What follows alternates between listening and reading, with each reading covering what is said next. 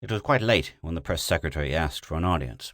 He was one of the very few who made direct contact, a trusted friend of the president, as well as an able buffer between the chief executive and the Fourth Estate. The president said, "Why, certainly. If it's that important, come right up." As the line went dead, the president put down the phone and picked up the Western Story anthology he had been reading.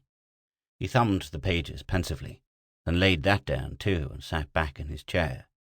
He closed his eyes. So darn seldom he got a chance to read any more, or to do anything else for that matter, except play a little golf once in a while, and spend the rest of the time trying to stem the world's mad dash to destruction. He smiled gently, his tired eyes still closed. He estimated it would take the press secretary a good 10 minutes to get to the White House. Good. The president had come to a point where he savored every precious moment of solitude. He let his mind drift, first to the state of the world. It wasn't so bad, really. Not in comparison.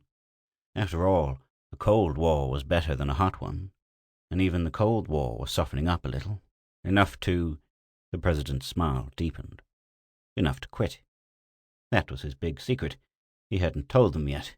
In deference to political strategy, responsibility to the party, and that sort of thing, he had held his peace. But his decision had been made. He would not run again. A man, he told himself, is entitled to a few blessed years as his own master, a time when he ceases to be a slave of duty. Why, just think, to grab the clubs and shoot 18 without having to make arrangements. To go out and catch a couple of fish without the Secret Service plotting the course, calling the tune, following, grim-face in his wake. The president's smile deepened. It was all so darned crazy. You go out to get a little relaxation, to catch a fish, but before you arrive the stream has to be stocked so thick you can almost walk on the beauties, because if the president failed to catch a trout in one of their mountain streams, the state involved gets a black eye and might lose a few thousand tourists that year. He wondered idly if they gave the fish a pep talk when they tossed them in. But that sort of thing would be finished soon. He was going to quit. He was going to tell them. "Mr. President," he jerked erect, blinked and gave the press secretary his famous smile, half apologetic now. "Sorry, I was napping, I guess. Didn't hear you. Sit down, sit down." The press secretary did as instructed, and the president was struck by the tight, stricken look on his grey face. "Good Lord, Jim, what happened? You look as though somebody just dropped a bomb on New York City." He could afford to speak lightly, because he knew any news of grave import would not come through the press secretary. The latter appeared to have difficulty with his reply. With the president's eye upon him, sharp but friendly, he floundered for a moment and then said, "I might as well give it to you straight, Mr. President. Then we can go from there." "An excellent idea." "All right, here goes. A man contacted me and requests that you come to the top of Mount Rainier for a conference." The president couldn't find any words. The silence was heavy. "And I think you'd better go," the press secretary finished in a voice charged with sheer misery. He sat mute, wondering what was going on through the president's mind. Finally the chief executive said, "Jim, I really—" The press secretary leaned forward, his whole being tense. "Mr. President, please answer one question. Honestly, do you think I've lost my mind? Do you think I've suddenly gone crazy?" The reply was in a quiet tone. "No, Jim, I don't. I know you too well for that. I think you're saying something you have to say, doing a job you feel you have to do, even if it puts you in a position where you have to ask a question like that. Thank you. And now, why don't you just sit back and explain it? It'll be frank. It makes no sense to me, but I'm listening." A warm feeling swept the press secretary. This president we had. This solid rock of a guy. He just couldn't beat him. The homely, earnest ex-journalist leaned forward again. "The success of this mission, Mr. President, my visit here, hinges upon whether or not you believe I'm telling the truth. I'm going to tell you some strange things, and if you doubt my word," he shrugged, "well, I would just have wasted your time." "Go ahead with it, Jim." The words were almost sharp now. "All right, sir." He took a deep breath and plunged in. "I've just had a briefing such as no man on this globe ever went through. I've been to the top of Mount Rainier." "When?" "Tonight." "Go on." "I'll tell you step by step exactly what happened, or what seemed to happen. Then you can make your decision. The press secretary began to talk. He talked for a long time. The president listened, his face a mask giving no clue whatever to his inner thoughts. This was a trick he learned over conference tables through the years. His skill at this would have made him a great poker player, but he never cared for the game. When the press secretary stopped talking, he sat, looking at the president with question marks in his eyes. He had no idea what the latter would say or do. The possible extremes were in his mind. The president might smile and say, "You've done a good job, Jim," or he might reach for the phone and say, "Please send in 2 strong men and a straitjacket." The president did neither. He spoke very quietly. "I think I'd better go to Mount Rainier. Tell them I'm ready." The press secretary picked up the phone, dialed a number. When the party at the other end answered, he said, "The president agrees. He awaits your contact." He put down the phone and they sat looking at each other, waiting. There was nothing else to do now. The president's eyes were vague, as though he were looking through space and time. He said, "We've come a long way in a very short time, Jim. It's worth pondering." "A long way, Mr. President." "In a scant 50 years, we've gone practically straight up in matters of science, invention." The thought broke off as his mind went to some of the things his press secretary had told him, and regardless of the gravity of the situation, he found himself looking forward to seeing them for himself. He had not long to wait. A moment later, an odd red haze appeared in a far corner of the room. There was a crackling sound, as of high-voltage electricity jumping its bounds.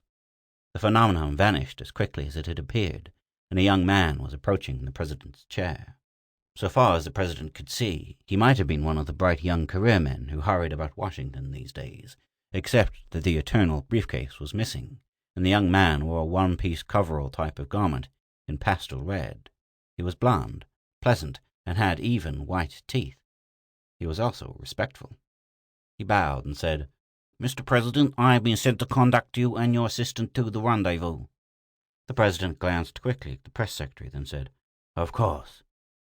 "If you will be so kind as to move with me to the far corner of the room." The press secretary's expression said, "It's all right. This is just how it happened to me." And they followed the young man across the thick carpeting. In a corner, he arranged them precisely. "If you will stand just there." Then he stepped between them and looked pleasantly unconcerned. The president tensed himself for what was to come. But nothing came, except the crackling in the red light, the dissolving of the walls, and the young man saying, "You may sit down now, if you wish." No physical discomfort whatever. The president sat down and looked about. He was in a small, well-furnished room, pasteled in a light shade of green, complementing the young man's uniform, and he got the flash of an idea. That color was very important to the scheme of whatever science brought this transposition about. There was a soft whirring sound. The president said, "May I ask where we are?" "Certainly, sir. We are in a small ship. We are crossing your country at around 100,000 of your feet." "At what speed?" This gave the young man pause. "It would be very hard to translate into terms which you are familiar. I would say roughly the speed of light. The major time lapse is consumed in ascent and descent." The president showed great interest. "Tell me this. We were moved from my study through some scientific process I won't ask you to explain. But why weren't we carried the entire distance to Rainier in that manner?" The young man pondered. "That is, of course, difficult for you to understand, and quite difficult for me to explain, so allow me to put it this way. When planning a trip from Washington to New York, you walk from your office to your car, and ride in the car from your residence to the airport." "I see. A matter of slower speeds over short distances." "In a way, but more so a matter of practicality. You could hardly bring the car into your office, nor the aircraft into your front lawn." The president let it rest there. He said, "One more thing. Why was I not contacted directly in this matter?" This embarrassed the young man. "Wherever we go, sir, we attempt to conform to customs and manner existing in that place. We understood that to reach the President of the United States, one always proceeds through channels." The president smiled. The humming sound ceased. The young man arose, forestalling further questions. "This way, if you will be so kind." The president and the press secretary followed the young man from the room into a low corridor. The walls of this passage were transparent, and the president caught his breath at the grandeur outside. He got the impression they were moving from the small ship to a larger one perched precariously on the edge of an abyss.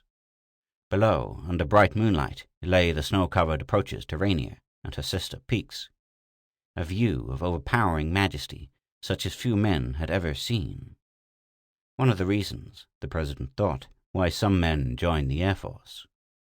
He entered another room, this one with a blue motif, through another door that opened automatically on approach, and into one of pastel green. The room was somewhat larger, but no more ornate nor less efficiently furnished than the others. A streamlined oval desk sat in its center, from the far side of which a man arose and held forth his hand. He was slim as a reed and had snow-white hair. He gave the impression of ripe years, yet with no physical indications of this other than a head of beautiful snow-white hair. Perhaps, the president thought, this indication was an illusion, and perhaps the aura of power emanating from the man was also an illusion, but the president would not have been willing to bet on it. The man's smile was an odd mixture of friendliness and impersonality as they shook hands. He said, "My name is Rex, Mr. President. The fact that in one of your languages the word means king is purely coincidental. I am not a monarch in any sense. My title is Director of the 7th Sector." As Rex had got to his feet, the chair under him had swung under the desk out of his way. Now it moved back to its original position, and as the president took the seat Rex indicated beside the desk, he had a whimsical thought. I wonder how that chair knew he was ready to sit down again. Rex nodded to the young man in the pastel red uniform. The latter bowed slightly, turned, and left the room. Rex turned his dark eyes, almost feminine in their beauty, on the president. His quick smile was even more impersonal now. "Shall we get to the business at hand, or could you do with a little refreshment first?" "I prefer the former," the president said briefly. "Good. I imagine your aide told you some of it, but I'd better recap that and then go on." Rex nodded briefly in the press secretary's direction. It was the silvery-haired man's first acknowledgment of his presence. "You are probably curious as to who I am and just what the 7th Sector is. I'll tell you. The 7th Sector is a team denoting a certain part of the known universe. It contains approximately 900,000 solids of a 20-million-ton weight or over. 11 of these solids support animate life at around the evolutionary stage of your own, or higher. Do you follow me?" When the president was slow in answering, Rex said, "I suggest you lay aside any mental resistance and take all statements I make as fact." "Why should I do that?" "Because my deceiving you would be pointless, and because I must transfer a great deal of information to your mind in a very short time." The president said nothing, and Rex went on. "As director of this sector, it is my job to check the development on its various planets and make progress reports to the Council. And this Council is located many light years from here, at the hub of the known universe, but that is not important. I thought perhaps we, or our representatives, might someday appear before it. I'm afraid not. I fear you are treading the path of those who once inhabited your neighbor planet, Mars. And life does exist, or did, on Mars? Oh, yes, but we were forced to eliminate it." The president spoke calmly. "Then you are able to depopulate whole planets, whole systems if necessary. Let me explain. When conditions are right, life inevitably comes into existence upon a planet. The entities involved are always pretty much as you and I, physically, because conditions produce a ruling race of our structure or do not produce life at all. The problem, Mr. President, lies in the spiritual. Every race on every inhabited planet is given the intelligence and desire to evolve upward spiritually, but they do not always succeed. A time limit is set on this, so that the inhabitants of each planet arrive finally at an evolutionary crisis."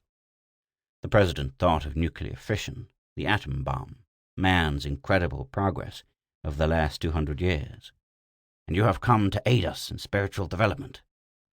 "On the contrary, you have had all the guidance necessary, far more than those on most planets, more than did your neighbors on Mars. I have come to annihilate you." The president hid his shock well. "If killing me will annihilate life on the planet, you see, Mr. President, there comes a time when each inhabited planet must join the Council, when it reaches a point at which its existence affects the great family of planets. If at that time its state of affairs and development are negative, its population is eradicated for the greater good."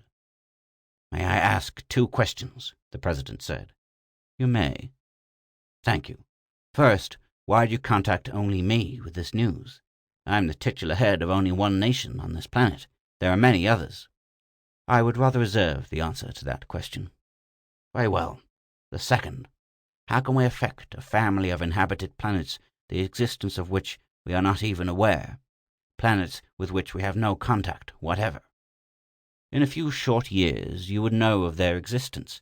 You would not be able to contact them. You would visit them, and they would visit you." "And just how would we affect them adversely?" "That should be apparent. Your present state of dwarfed spirituality is made clear by your background of violence and injustice. I refer to your planet rather than to your nation. Practically all your scientific progress has come as a result of war. Nations that lose a war on your planet study and invent and discover like demons possessed for tools with which to win the next one. Do you deny that at this moment your planet is little more than an armed camp?" "No," the president said sadly. "I cannot deny this." "Then you realize why we cannot let you move out into space, carrying with you the greed, the envy, the hatred, the violence that stalks the corridors of your history."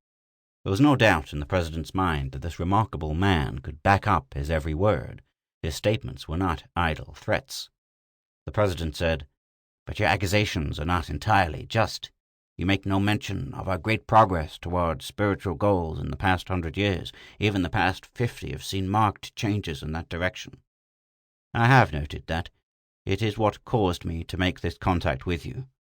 Ordinarily, no such contact would have been made. I would have checked the planet, reported it to the Council, and annihilation would have been automatic."